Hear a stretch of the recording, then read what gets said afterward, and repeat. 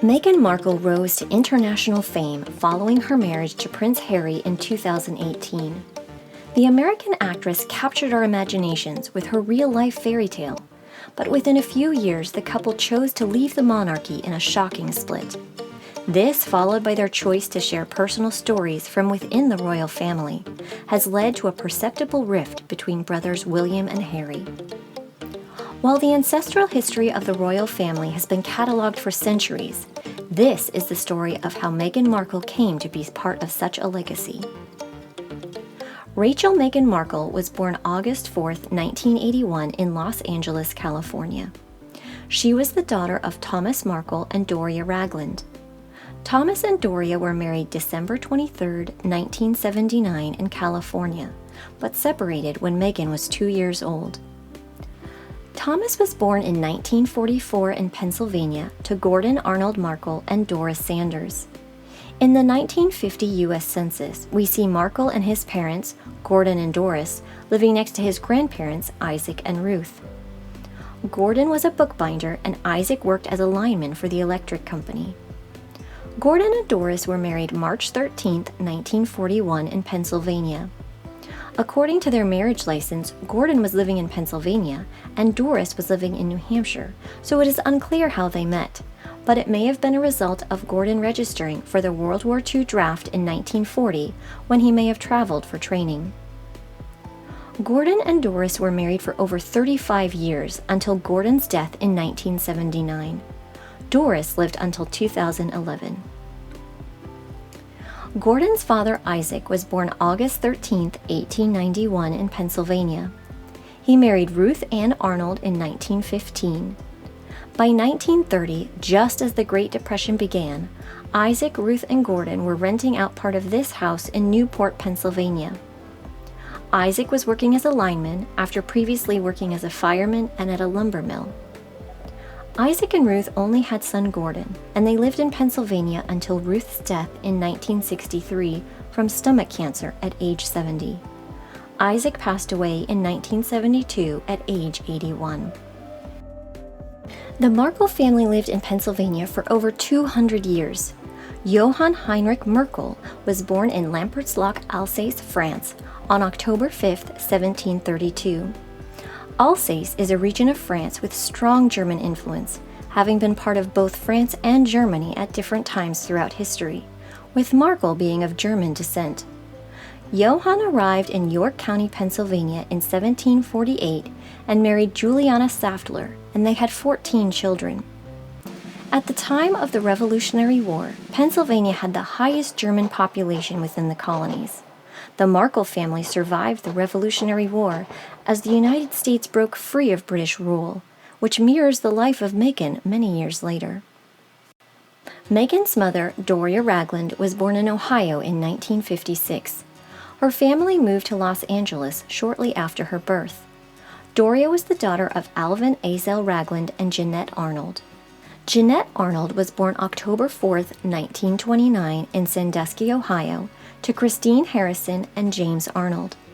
She had a twin brother who was stillborn, as shown here with his birth certificate. Their parents were unmarried, and Mother Christine was only 17 years old. James and Christine were married a few years later on January 11, 1933. James worked for several years as a bellman at Hotel Riger in Sandusky, Ohio. These photos show Hotel Riger in 1926, just as James would have seen it as he helped guests to their rooms. However, tragedy struck on March 29, 1939, when 29-year-old James passed away from chronic myocarditis. What is interesting is that young Janette was not listed in James's obituary. Janette was actually being raised by James's maternal half-sister, Nellie Mae, who was also not listed in his obituary. The circumstances that led to Janette not living with her parents is clearly a difficult subject and raises many questions. Were the living conditions too poor for the children, and Nellie Mae couldn't bear to watch Janette suffer? I found that the home that currently stands at the Arnold's address at the time of James' death was built in 1940, which means that the home James and Christine actually lived in was torn down right after his death, which would support this theory. Despite the sad circumstances of her childhood, Janette went on to live a full life until her death in 2000. Alvin Ragland was born February 21, 1929, in Chattanooga, Tennessee. In the 1930 U.S. Census, we see baby Alvin living with his parents, Lois and Steve, who were living with his maternal grandfather, James Russell. We see that Lois and Steve were married when she was 15 years old and he was 21. James worked as a porter for a hotel and Steve as a presser at a dry cleaner's. And we see that James was a widow, with Lois having lost her mother, which may explain her circumstances at such a young age. Steve Ragland was born April 8, 1908 in Georgia. However, by 1920, the family was living in Chattanooga, Tennessee, as shown here by the 1920 U.S. Census. We see Steve and his 3 siblings and his parents Jerry and Claudie. Jerry owns his own tailor shop, and the family is described as mulatto as opposed to black. In 1930, we know that Steve was living with his wife Lois and son Alvin, but by 1940, Lois and Alvin were still living in Chattanooga with her father, but Lois had a different last name, Harper. Meanwhile, Steve Ragland had moved back to Georgia, where he worked on a farm with his family. Notably, Steve and his brothers only have a 3rd-grade education. By 1950, Steve had returned to Chattanooga, where he lived with son Alvin, and he now owned his own dry cleaning plant.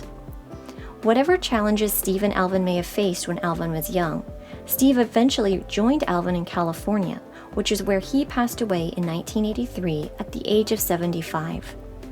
Alvin lived in California until his death in 2011, when at the age of 81 he fell while walking his dog. Steve Ragland's father was Jeremiah Ragland, who was born September 6, 1881 in Jonesboro, Georgia. In the 1900 U.S. Census, we see Jerry living with Stephen and Ellen Ragland, who are in fact his grandparents. Jerry is the son of Stephen and Ellen's daughter, Texas Ann Ragland, who was born in 1868. Here we see the family in the 1880 U.S. Census. Texas is 12 years old, but would become pregnant in about 6 months. Furthermore, Jerry is sometimes described as mulatto, and if this photo is in fact his grandparents, his biological father may have been white. There are many questions surrounding Texas giving birth at such a young age to a child who would be described as mulatto. Perhaps she was involved in a young relationship. We have seen several examples of teenage pregnancies in Meghan's family history. Yet the fact that Texas is so young, even by the standards of the 1880s, it is hard to rule out the possibility that she was forcibly raped. Texas married Cosby Smith in 1892, and by 1910 the family was living in Los Angeles, California, and it may be this connection that eventually led Alvin and Janette to move to California decades later. But Jerry never moved to California. He remained in Tennessee, where he married Claudia Ritchie and worked as a tailor. Claudia passed away in 1939, and Jerry passed away in 1944 from pneumonia. His death certificate lists Texas as his mother and Steve Ragland as his father, which I assume is because Stephen raised him like a son. Texas lives the rest of her life in California, where she passes away at the age of 94. Steve Ragland and his wife Ellen Lemons bring us to a dark chapter in American history, the Civil War. 1870 is the first census where freed men were listed by name. We see Stephen and Ellen Ragland, Texas Ann, who is referred to simply as Ann at the age of 2, and her younger brother Charles. We also see the family of A. Ragland, who may be Stephen's brother. And just below Stephen and Ellen is Charles Lemons, who is Ellen's father.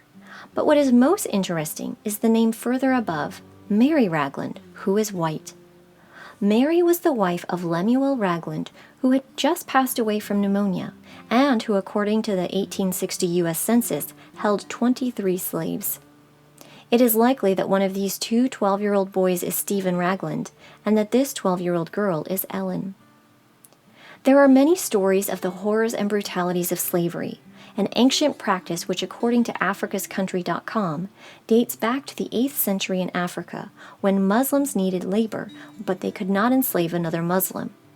The practice was then exploited by Europeans and Americans who arrived on the coast of Africa, where they found Africans willing to trade other Africans for goods. The Raglans, both black and white, were born at a time when they were trapped by the long, dark cycle of slavery.